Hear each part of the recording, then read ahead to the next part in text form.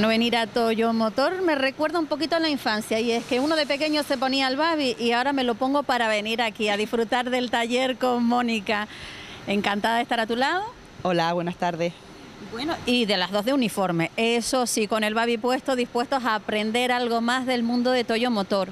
Hoy nos vamos a centrar un poquito, Mónica, en los neumáticos. Me lo contabas hace un momentito, hay que estar muy pendientes de ellos, son parte de nuestra seguridad.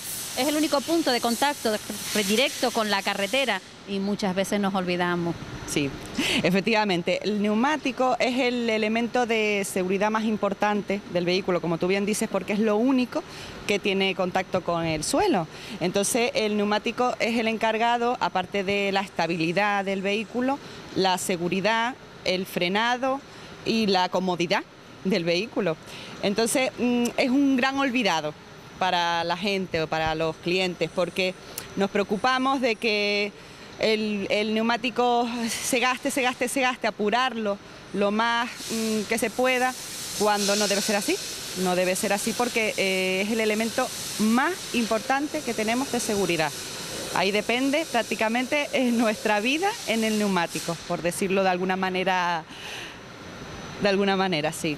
Bueno, de alguna manera, pero de realidad, porque desde luego si dejamos desgastar el neumático vamos a tener problemas a la hora de conducir. Por ejemplo, cuando las carreteras están mojadas, aquí empieza ahora el invierno, todos conocemos pues lo peligroso de algunas de las carreteras de nuestra isla cuando están mojadas. Sí, lógicamente nosotros, aparte de que las carreteras que tenemos son bastante especiales, son mucha curva, mucho desnivel, la importancia de cuando llueve, tener un neumático en condiciones, porque lógicamente el neumático, al no estar como debe estar o no sé cómo decírtelo, en las circunstancias que debe estar, puede acarrearnos problemas. Puede hacer que el vehículo no frene cuando tiene que frenar, o el aquaplaning, que todos hemos oído hablar, pues se produzca a consecuencia de tener un neumático desgastado más de lo que se debe. Nosotros hemos visto que este vehículo tenía unos neumáticos desgastados, ahora mismo vemos cómo ya se ha hecho el cambio, cómo deben estar correctamente, pero también es importante, Mónica, que elijamos un buen producto y un taller adecuado para hacer el cambio. Y si es importante tener el neumático en buenas condiciones, desde luego que lo hagan correctamente. ¿Qué es lo que hacéis aquí a la hora de cambiar un neumático? A ver, lo principal es elegir un producto de calidad. O sea, no podemos irnos a lo barato para escapar, porque nos puede traer consecuencias negativas. Ahora mismo el mercado del neumático es muy amplio, hay muchísimas marcas, modelos, precios, y tiramos siempre a lo barato. Y en este caso no deberíamos ser así, o no debe ser así. Hay productos de calidad media-alta, que es lo que se aconseja, o lo que la mayoría de la gente consume, que están muy bien de precio, que te otorgan esa seguridad de la que estamos hablando, y podemos tener siempre los neumáticos en condiciones, lógicamente. También hay una cosa muy importante, que es el neumático, hay que una vez al mes, más o menos, se debe revisar la presión de los neumáticos y la medida del neumático, el desgaste del neumático, perdón, porque con eso vamos evitando de que el consumo del neumático sea mayor del que debería. Porque el tema de la presión de los neumáticos es muy importante tenerla siempre como se recomienda, para eso mismo, para que el neumático no se desgaste más de la cuenta o más rápido de lo normal. Entonces nosotros invitamos a todos a que pasen por el taller gratuitamente para que le hagamos un chequeo de los neumáticos, le podemos aconsejar, revisar, orientar si tuviesen dudas, pues para eso mismo, para que siempre estén seguros en la carretera, claro. ¿Qué otra cosa debemos tener en cuenta en el neumático? ¿Qué más deberíamos de mirar? Y si no, pues ya como sabemos, venir directamente aquí y nos lo hacen. Sobre todo la presión de los neumáticos, porque tanto una presión por arriba como una mala presión, o sea, por debajo de lo correcto, de la medida que lleva, tiene como consecuencia pues, que el vehículo principalmente no tenga la estabilidad correspondiente, o sea, que vayamos en el vehículo un poco bailando. El frenado, que no va a ser igual, o sea, la distancia de frenado se va a reducir considerablemente. se va a deformar el neumático, lógicamente no va a comer como debería o desgastarse como debería. Y sobre todo también puede sacar ruidos, o sea, es que son muchísimas cosas en contra de no tener los neumáticos en condiciones. Pero yo a lo más que me referiría es al tema de seguridad, sobre todo la seguridad, porque es lo único que une el coche con el suelo. Entonces deberíamos tener un poquito de conciencia con ese tema, lógicamente. Hablas de calidad media alta, de un precio adecuado, pero ¿cuánto cuesta cambiar unos neumáticos aquí? Para que la gente pierda el miedo a venir a comprobar si necesita o no cambiárselo, que ya vemos que eso es gratuito, pero si fuese necesario, ¿cuánto nos costaría? Mira, Ángeles, depende del modelo y de la medida, porque ya te digo, cada vehículo lleva unas medidas específicas, no puedes poner el neumático que tú quieras o la medida que tú quieras, tiene que ser el que marca el fabricante para cumplir con esa seguridad que hablábamos. Pero tú puedes cambiar unos neumáticos de un vehículo, en este caso, por menos de 100 euros, con montaje totalmente gratuito. Estamos hablando de precios muy asequibles, que un neumático con una correcta mantenimiento y una buena circulación, porque también influye cómo tratemos nosotros el vehículo en la carretera, a la hora de aparcar, a la hora de dar llantazos, a la hora de... Ese tipo de detalles, lógicamente, también van en contra del neumático. Puedes estar hablando de que esos neumáticos te duran 1 año, 2 años. O sea, no es una cosa que tienes que hacer muy frecuentemente, o sea que yo pienso que tampoco es tanto la inversión que tenemos que hacer por nuestra seguridad. Bueno, yo creo que por 100 euritos más o menos. Nuestra seguridad está más que garantizada, el costo no es elevado. Yo he oído decir, y no sé si es verdad, Mónica, me gustaría que me lo aclarase, que también tener un neumático en mal estado influye en el consumo del vehículo y siempre estamos mirando el eurito porque, claro, estamos todos con el bolsillo ajustado. ¿Es cierto? Tienes razón, efectivamente. Un neumático en malas condiciones, lógicamente, te consume el vehículo más. Posiblemente es algo que no te cuadra, dice, ¿pero qué tiene que ver el neumático con el consumo? Pues sí, el neumático en mal estado hace que el vehículo consuma más. O sea, pues, es que no hay excusa para no tener los neumáticos en buenas condiciones, pienso yo, ¿no? Bueno, no hay excusa para tener el neumático en buenas condiciones, para traer el coche a Toyomotor, para que nos miren esa presión en la rueda, para que nos digan claro cuándo tenemos que cambiarlo y desde luego para hacerlo en el momento adecuado. No olviden, ahora viene mal tiempo, siempre las carreteras están, pues, como solemos decir aquí, un poco serenadas. Sí. Y es necesario tener cuidado, que los que estamos en el vehículo somos nosotros y muchas veces nuestra familia, nuestros hijos, los seres queridos, hay que cuidarles. Exactamente. Yo pienso que, como hemos hablado ya en otras ocasiones, lo más importante para nosotros es las personas y para eso estamos aquí, para cuidar de ellas y de que vayan tranquilos, disfruten de la carretera sin ningún tipo de preocupación. Bueno, pues ellos están aquí para cuidarlos ustedes y para mí. Para cuidarme a mí. Mira qué bien me han puesto hoy. Mónica, yo creo que me voy a dar una vuelta contigo por el taller. Vamos a ir conociendo algo más de este mundo Toyomotor y así la próxima semana le contamos a la gente algo nuevo. De acuerdo, vamos. Bueno, pues me quedo por aquí.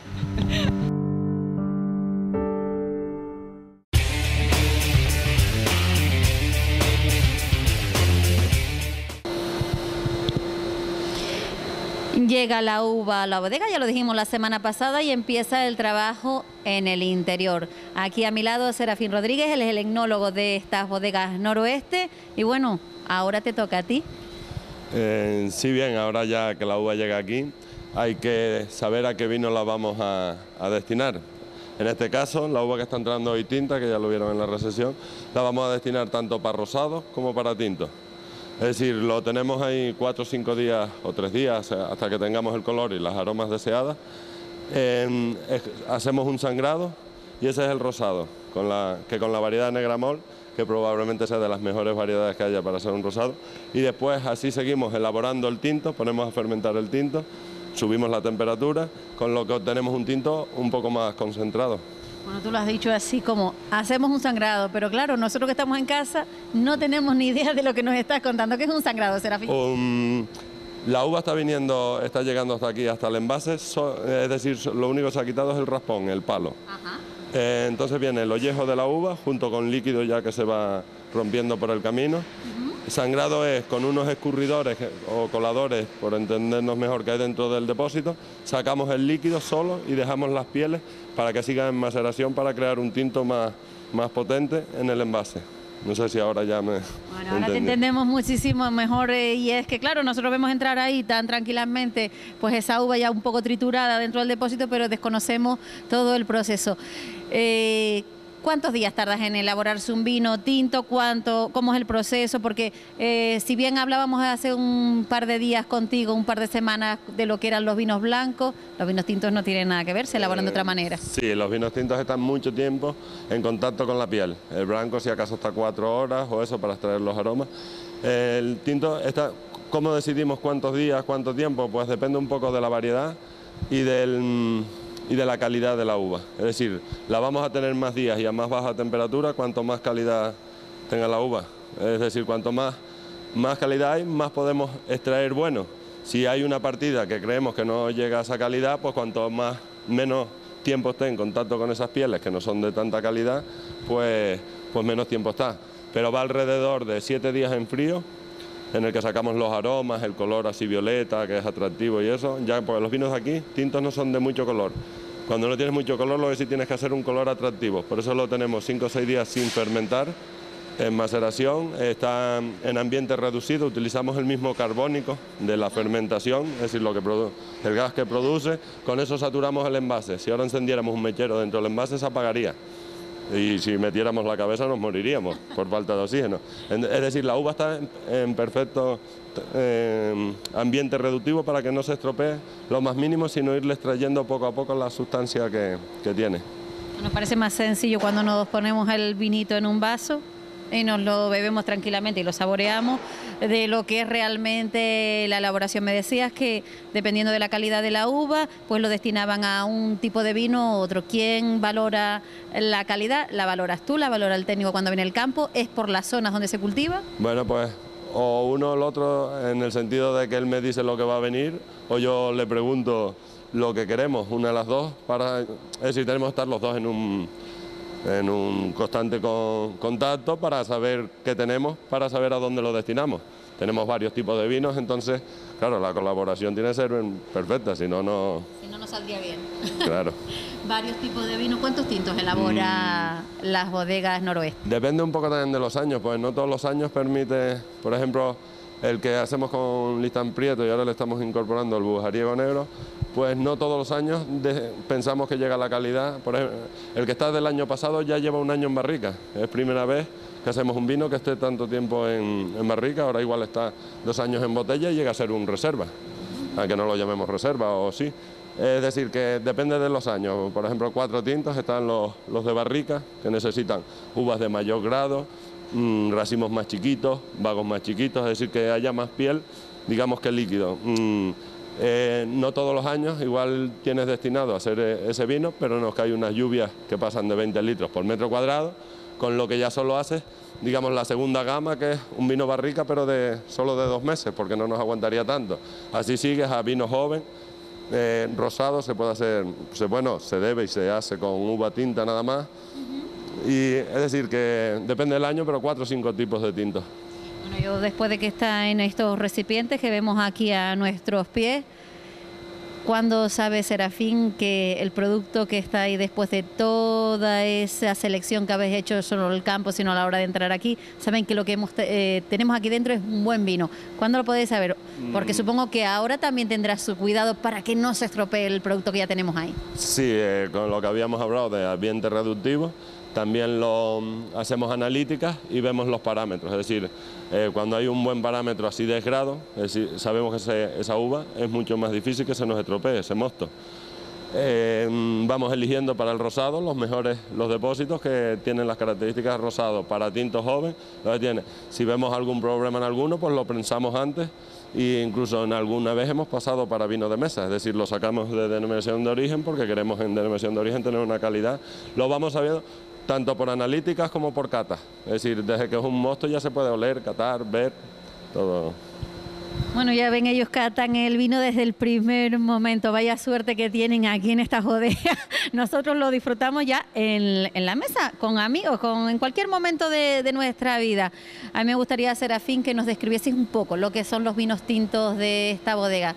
¿Qué características tienes y bueno, qué es lo que podríamos valorar de ellos?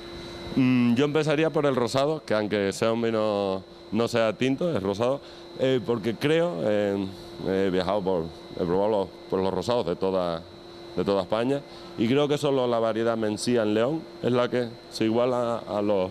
Tenemos un potencial para los rosados increíble, con la variedad Negramol, que hay quien le gusta más, le gusta menos, pero rosados es que el potencial es increíble. A partir de ahí, hacemos del más cantidad que hacemos es de un vino joven, que sea agradable, que no... Aquí en La Palma todavía los tintos, porque a veces siempre se dice que los blancos están muy bien, pero los tintos que nos ha llegado. También digo una cosa, hay que mejorar todos los años un pasito. Si hiciéramos los vinos tintos como los conocemos en otras partes del mundo y eso, al consumidor palmero ahora mismo no estaría preparado para tomarlos porque le ripiarían, como la expresión dice. Muy fuerte. Sí, serían muy secos, muy fuertes. Eso lo hacemos, por ejemplo, con la variedad Listán Prieto, pero en pequeñas cantidades y ya cuando por un aniversario, una comida cordero, igual sí se toma sentado, pero lo que es el chateo de todos los días, se necesita un vino que sea como más fácil de beber, más ligero. Entonces lo que buscamos en ese vino es un equilibrio, que tenga grado, que tenga un cuerpo y eso, pero que sea muy sutil, no que sea un vino pesado, porque entonces nos costaría más, vaciar la bodega todos los años. Estamos viendo en definitiva que el vino también es cultura, que es forma de vivir y las costumbres que traemos de nuestros antepasados. Tenemos que educar el paladar o simplemente disfrutar de los vinos que en estas bodegas elaboran, de los Veganortes, que yo creo que lo conocemos todos y el que no sabe lo que se están perdiendo. Serafín, te vamos a dejar seguir con el proceso de la entrada de esta uva, de la elaboración ya de este vino, lo vemos en barrica. ¿Qué esperas tú? ¿Hay buena cosecha este año? ¿Vamos a tener buen vino? Sí, bueno, de todas formas, no creo que nadie te conteste nunca que este año la cosecha va a ser mala. Porque a mí me resulta curioso, siempre las cosechas se califican por excelentes o muy buenas. Y vamos a ver, yo prefiero que eso lo conteste el consumidor dentro de unos meses. Bueno, pues ya Serafín les manda el reto. Dentro de unos meses o dentro de unos días, cuando ustedes quieran, no dejen de disfrutar un vino Veganorte y desde luego del trabajo que hemos visto a lo largo de estas semanas. En la siguiente seguiremos hablando muchísimo más. Gracias, Serafín. Gracias a ustedes.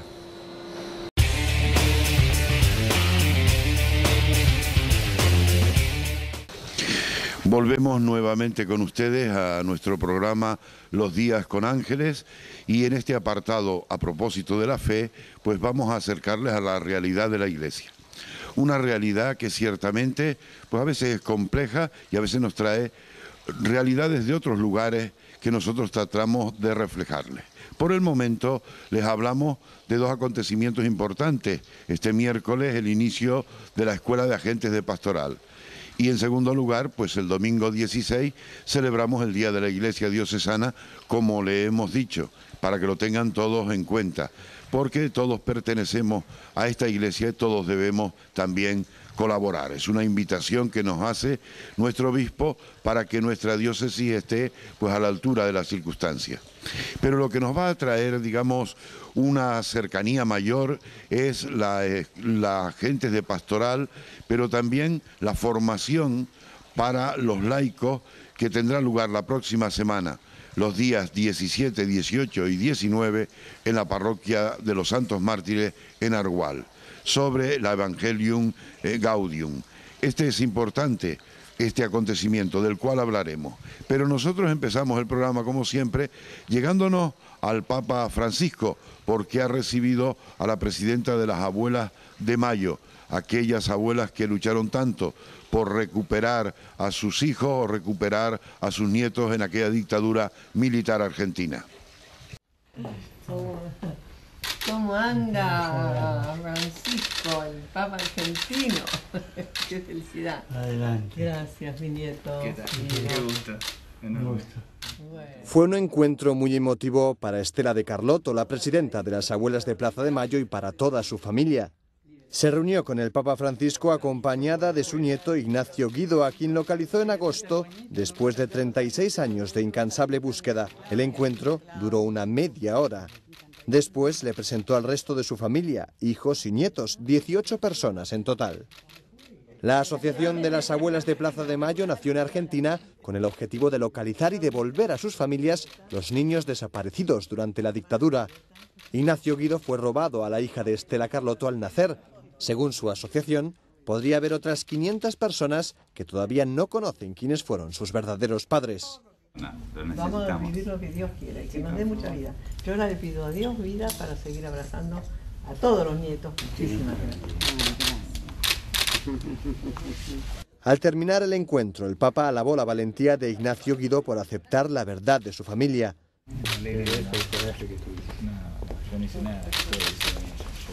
Por el momento, las abuelas de Plaza de Mayo han localizado a 115 hijos desaparecidos. Y no solamente traemos al Papa en su encuentro con la presidenta de las Abuelas de Mayo, sino que también el Papa ha dirigido a los obispos una serie de palabras interesantísimas. Escuchémosla. En la audiencia general, el Papa Francisco dijo que la Iglesia es jerárquica porque así lo quiso Jesús. A través de los obispos señaló, la Iglesia ejerce su maternidad. Non c'è una Chiesa sana se i fedeli, i diaconi e i presbiteri non sono uniti al Vescovo. Questa Chiesa non unita al Vescovo è una Chiesa ammalata. Gesù ha voluto questa unione di tutti i fedeli col Vescovo. Francisco explicó que Jesús quería que los apóstoles no se separaran de él porque entre todos formaban una sola familia. Dijo que del mismo modo los obispos se reúnen en torno al Papa. Ma quante virtù dobbiamo avere i vescovi? E non è facile perché noi siamo peccatori, ma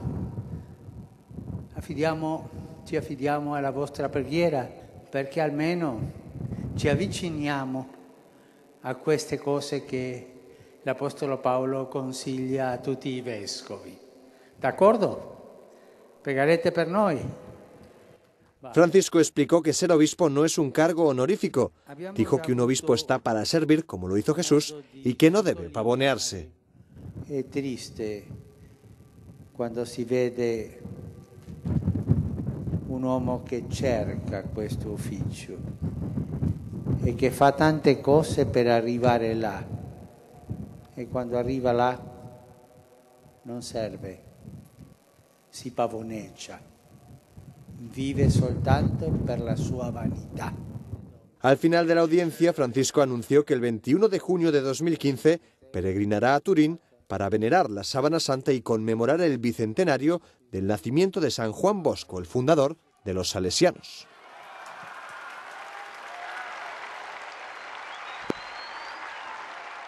El tema central de nuestro programa quiere ser esa jornada de formación para laicos que vamos a tener próximamente los días 16, 17 y 18 en la parroquia de Argual. Estas jornadas están preparadas para hablarnos del Evangelii Gaudium, el Evangelio de la vida. Es la exhortación del Papa Francisco y que va a estudiar pues prácticamente todas las comunidades cristianas y fundamentalmente aquellos laicos que quieran profundizar en lo que el Papa pretende. Este curso va a ser dado en un horario de 6 de la tarde a 8 y media de la tarde por el párroco de Llano Moro en La Laguna, José Manuel Matos, que es un hombre muy preparado en todas estas cuestiones. Y sobre todo porque es licenciado y doctor en filosofía por la Universidad Gregoriana de Roma. Pero nosotros, para situarles en lo que es el Evangelio de la Alegría del Papa Francisco, nos hemos ido a Argentina. Un programa de televisión, un grupo de sacerdotes explica qué es el Evangelio de la Alegría. Y nosotros tomamos este fragmento que fue grabado hace ya algunos meses. Aquí incluso vamos a decir cuál es el primer punto. El primer punto es: la alegría del Evangelio llena el corazón y la vida entera de los que se encuentran con Jesús. Quienes se dejan salvar por Él son liberados del pecado, de la tristeza, del vacío interior, del aislamiento. Con Jesucristo siempre nace y renace la alegría. Y aquí está el punto, el Papa nos explica por qué nos ha escrito este documento. En esta exhortación quiero dirigirme a los fieles cristianos para invitarlos a una nueva etapa evangelizadora marcada por esa alegría e indicar caminos para la marcha de la Iglesia en los próximos años. La alegría es uno de los frutos del Espíritu. En general hablamos siempre, y sobre todo este tiempo de Cuaresma que estamos concluyendo ahora previo a la Pascua, decimos así, ¿no? Que una de las consecuencias del pecado es la tristeza. Justamente lo contrario, poniéndonos absolutamente el lado opuesto, la alegría es el fruto del Espíritu Santo. Y yo creo que el Papa, con una fuerte intuición y la verdad con una mirada de largo alcance, nos propone a todos subirnos en esta acción del Espíritu, de una nueva evangelización que dé como fruto la comunión y por supuesto esté siempre llena de esta gran alegría que es el motorcito vital que nos pone para adelante, ¿no? Yo te diría algo más, me animo a afirmar que esto es fruto del año de la fe, porque el Papa Benedicto, cuando nos anuncia que nos quiere regalar el año de la fe, justamente el objetivo es que los cristianos recuperemos la alegría de estar cerca del Señor. Y realmente lo que pasó después del año de la fe con la llegada del Papa Francisco ha sido algo muy impresionante. Por eso arrancamos y les vamos a contar un poquito cuáles son los nombres de estos 5 capítulos que desarrolla la exhortación del Papa. El primero se llama La transformación misionera de la Iglesia. Tiene unos cuantos puntos, va del 19 al 49. El segundo, en la crisis del compromiso comunitario, va del punto 50 al 109. El tercero, el anuncio del Evangelio. El cuarto, la dimensión social de la evangelización. Y el quinto, evangelizadores con el Espíritu. Ya desde el primer capítulo nos propone una acción transformadora y dice que la transformación que vamos a realizar es a través de lo que nos es propio, que es la acción misionera de la Iglesia.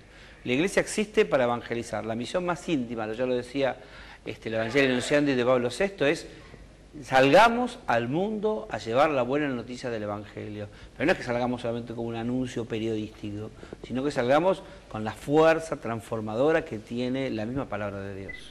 Bien, si tuviéramos que resumir los contenidos esenciales de la exhortación, vamos a hablar hoy fundamentalmente de la introducción, pero si tuviéramos que resumir toda la exhortación, yo diría que es una exhortación que, como dice Cote, nos anima a salir a la periferia, a la búsqueda de los demás, a salir de nuestro individualismo, a salir de nuestro egoísmo. Y el Papa nos dice claramente y de muchísimas maneras que la misión es llegar a los demás y especialmente haciendo una elección fundamental que es por los más necesitados. Y que efectivamente la propia religiosidad, la propia vida interior, la propia espiritualidad no se entendería como algo cerrado en sí mismo, ¿no? Tal vez estamos diciendo, de alguna manera como un trasfondo, en que la Iglesia nos habíamos quedado en una vida de profundización o, si quieren, también de introspección, pero muy volcados hacia adentro. El Papa nos propone girar nuestra mirada no hacia el centro de la comunidad, sino justamente hacia quienes están más alejados. Estas dos expresiones que utiliza Juan, una es ir hacia la periferia y provocar el encuentro. Son dos de las afirmaciones que el Papa a lo largo de su pontificado en este año vino repitiendo de una y otra manera, ¿no? Cultura del encuentro, vayamos al encuentro, todo empieza por un encuentro, la única finalidad es el encuentro con Dios y entre nosotros. Por otro lado, buscar a los más alejados. La zona donde Dios está y donde Él habita es en los lugares donde está más alejado, más pobre, más marginal, ¿no? Pues del Evangelio de la vida pasamos también a esas otras realidades de la vida, que son no solamente la alegría, sino a veces la tristeza. Nos vamos a ir a Guatemala. Allí hay un programa, digamos, informativo que se llama Abrazos y que habla pues de todos esos inmigrantes que se van a Estados Unidos y dejan sus hijos detrás. la realidad de esos niños que quedan detrás o de los padres que buscando trabajo se encuentran con que no tienen a sus hijos presentes. Escuchémoslo. Tú eres grande para nosotros, Señor. Tú eres que nos das de noche, tú eres que nos das de día, tú eres que nos das de todo, Padre Santo. Ser hijo de un inmigrante guatemalteco en Estados Unidos implica salir cada día sin saber si volverás a ver a tus padres. El documental Abrazos cuenta la historia de 14 niños que viven con esta incertidumbre. Narra la historia de un grupo de niños y su viaje transformador desde Minnesota, en Estados Unidos, hasta un lugar en Guatemala que se llama San Marcos, donde van 14 niños ciudadanos estadounidenses, hijos e hijas de guatemaltecos indocumentados, a visitar a sus abuelos por primera vez y a encontrarse con sus raíces. Abrazos es el segundo de su trilogía sobre inmigración. Con él quiere reflejar que se necesitan nuevas leyes que regulen la inmigración en Estados Unidos. Fueron esas historias que yo escuché, fue la confianza que los migrantes depositaron en mí al contarme sus historias de vida, lo que me hizo darme cuenta que tenía que contar y compartir esas historias. Historias como la de Brandon, que lleva 14 años sin ver a sus padres. Yo soy Brandon Eliazar. Hace 14 años que no veo a mis papás. No sé por qué no la trajo mi hijo cuando era chiquita. Me duele mucho, me ha enfermado mucho por él, porque me hace falta. Antes cada vez que yo le hablaba nomás se ponía a llorar, a llorar. Dice, yo no tengo mamá, me decía. ¿Cómo no, mi hijo? Yo soy tu mamá. Yo le platicaba, ¿por qué la dejé a mi hijo? Porque éramos pobres, no teníamos nada. ¿Por qué no me llevaron? Dice. Le digo, porque para pasarte en desierto es duro. Actualmente, 4 millones de guatemaltecos se encuentran en situación irregular en Estados Unidos. Con sus documentales, Argueta pretende mostrar la realidad de unas familias que se ven rotas y separadas por mucho tiempo. En estas reflexiones a propósito de la fe, pues nosotros nos vamos a acercar precisamente a esa exhortación del Papa Francisco. ¿Qué pretende el Papa con esta exhortación? En primer lugar, el Papa pretende que cada uno de nosotros tomemos conciencia que necesitamos encontrarnos con Cristo. Quien se encuentra con Él encuentra la alegría. Y al encontrarla, llenar su corazón de la presencia de Jesucristo, quiere transmitirla a los demás.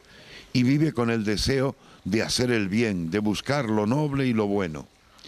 El Papa Francisco habla también de las periferias del mundo, pero no piensen ustedes que las periferias de las que habla el Papa son las grandes ciudades que tienen esos cinturones de pobreza, que también lo hace, sino usted y yo también tenemos nuestras periferias, nuestras tristezas, nuestros problemas, tenemos también nuestras faltas de alegría, nuestros alejamientos de Cristo, o de nuestros propios vecinos, o de nosotros mismos, en fin. Vivimos en una periferia, en un mundo donde hay mucha gente en periferia. Y la Iglesia es consciente de ello. Y el Papa desde el primer momento ha querido hacer de nuestra Iglesia algo cercano. No dar una imagen de grandeza, una imagen de lejanía, con grandes documentos. Habla muy sencillamente el Papa. Y esto hay que tenerlo en cuenta, porque quiere que cada uno de nosotros realmente seamos hombres y mujeres que nos entendamos, que seamos capaces de convivir en cualquier país, en cualquier lugar, cualquier raza, cualquier religión. Esta es la gran enseñanza del Evangelio de la Alegría que ha escrito el Papa Francisco.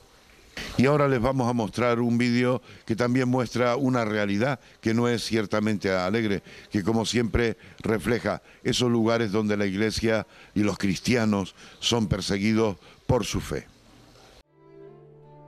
Esta es la macabra lista de precios. Se trata de un documento que detalla lo que el Estado Islámico gana con la venta de cada mujer que han secuestrado y esclavizado. Tiene fecha de 20 de octubre y desglosa el precio según la edad de la mujer, sea cristiana o sea yazidí. Comercian con mujeres desde un año de edad hasta los 50. Las niñas de 1 a 9 años son vendidas por unos 140 euros. Por algo menos de 50 euros, las mujeres mayores de 40. El resto son vendidas por un precio intermedio. No se pueden comprar más de 3, aunque los iraquíes, los sirios y los ciudadanos del Golfo Pérsico sí pueden. Hace unos días este vídeo, descubierto por las tropas kurdas en un teléfono móvil de un yihadista, revelaba la existencia de este mercado de esclavas sexuales. En él, los radicales presumen del número de mujeres yazidíes que han comprado. Pues así llegamos al final de nuestro programa de hoy. Ha sido un verdadero placer. Los días con Ángeles, nosotros estaremos con ustedes, Dios mediante, la próxima semana.